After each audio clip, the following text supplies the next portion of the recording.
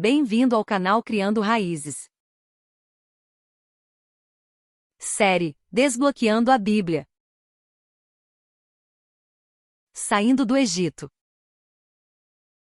Em uma pequena vila egípcia conhecida como Beni Hasan, um nobre chamado Amenhet decorou sua caverna funerária com murais coloridos do cotidiano no Egito. Uma cena retrata 37 pessoas nômades da região de Canaã no início do segundo milênio antes de Cristo, cerca de 1890 a.C. Não sabemos exatamente quem são essas pessoas, é claro, mas podemos imaginar que estamos olhando para Abraão e Sara e sua família quando entraram no Egito, Gênesis 12:10, ou Jacó e seus filhos quando José os acolheu no Egito, Gênesis 42:5, 43:11, 46:5, 7. O mural é uma janela para os dias dos patriarcas da Bíblia. As roupas coloridas, os instrumentos musicais, as armas e até os penteados trazem os primeiros pais de Israel à vida.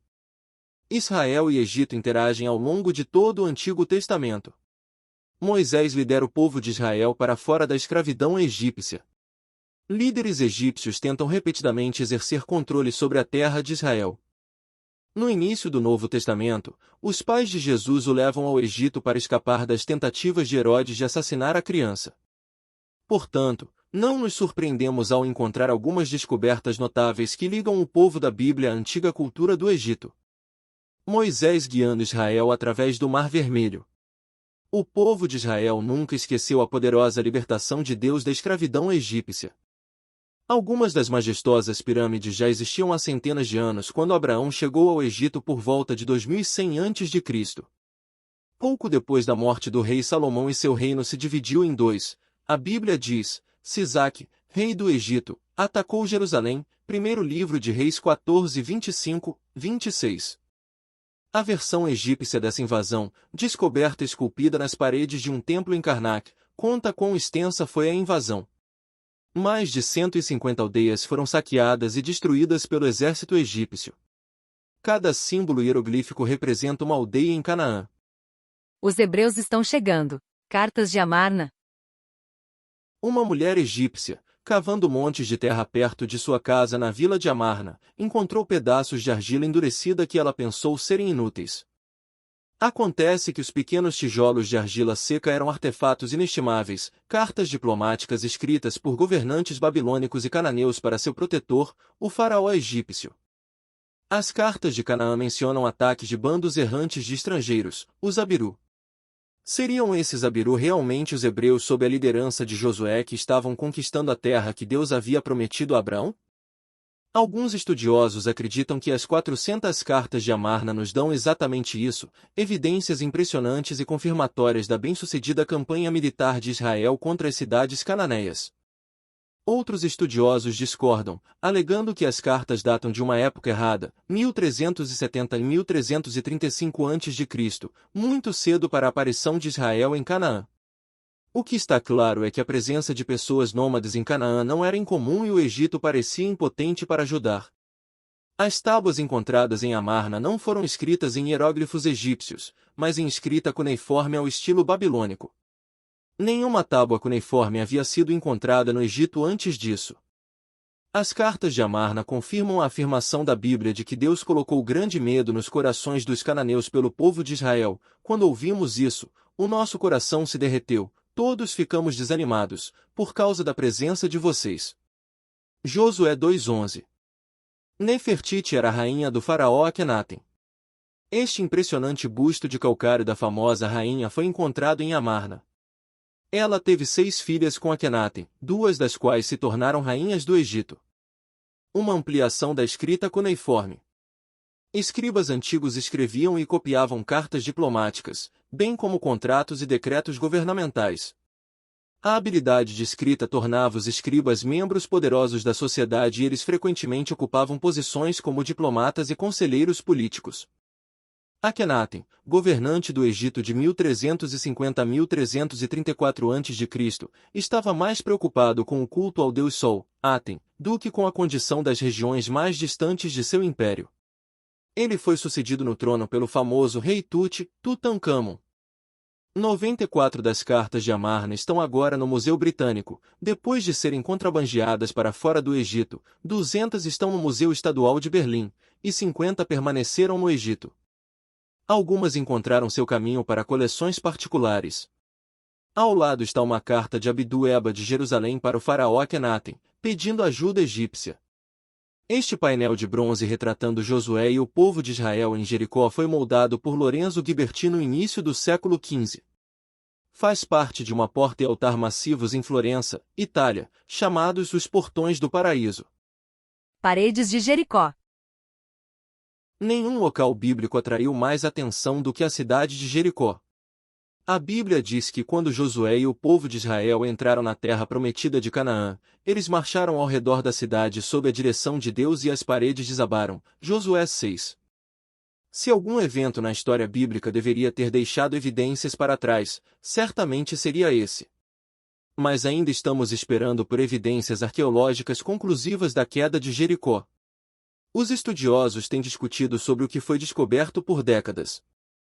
Na década de 1930, John Garston, um explorador britânico, chocou o mundo com suas alegações de ter descoberto pilhas de tijolos de barro, os restos das paredes que caíram diante dos exércitos de Josué.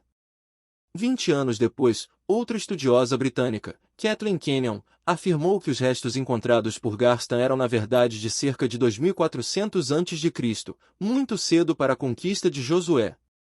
Ela baseou suas conclusões mais no que ela não encontrou, cerâmica importada de Chipre, do que no que ela encontrou.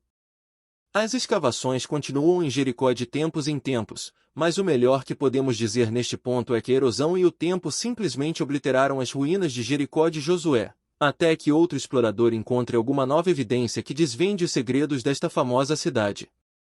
Jericó é uma das cidades habitadas mais antigas do mundo.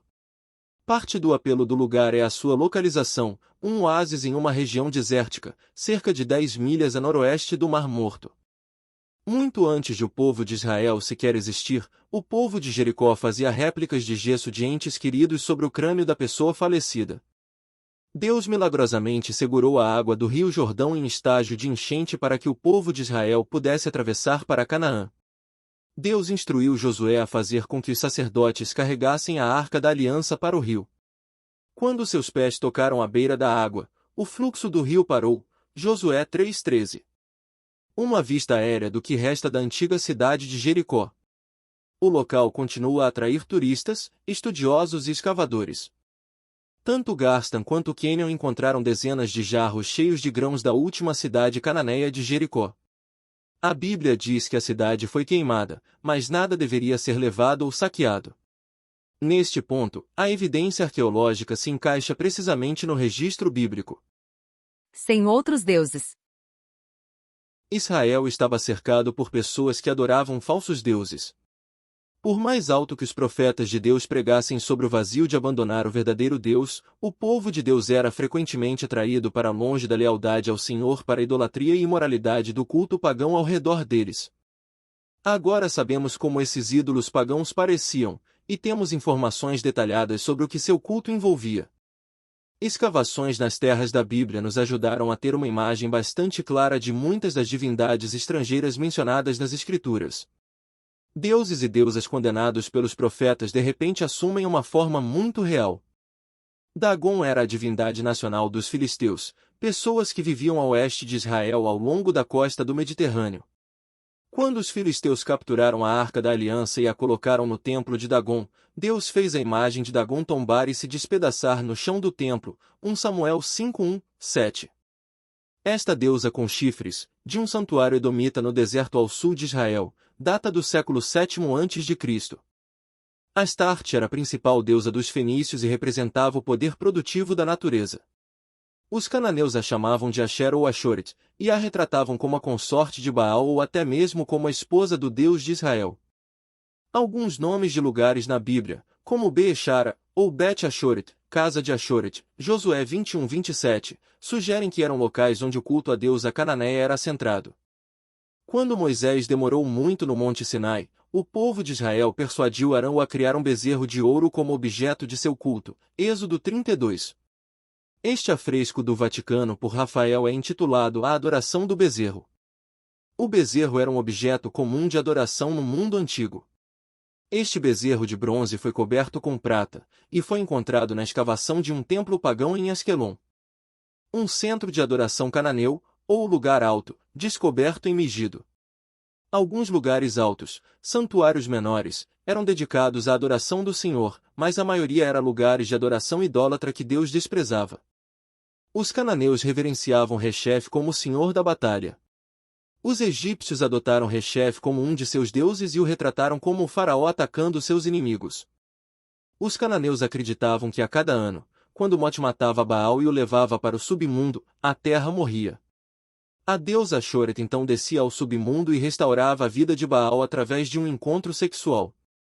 A vida também seria restaurada na terra.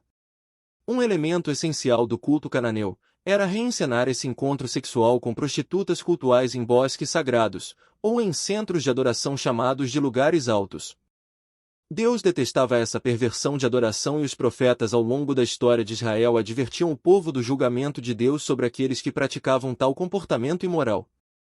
O sacrifício de crianças era um elemento-chave na adoração de Chemos em Moabe, e Molon em Amon, dois vizinhos de Israel.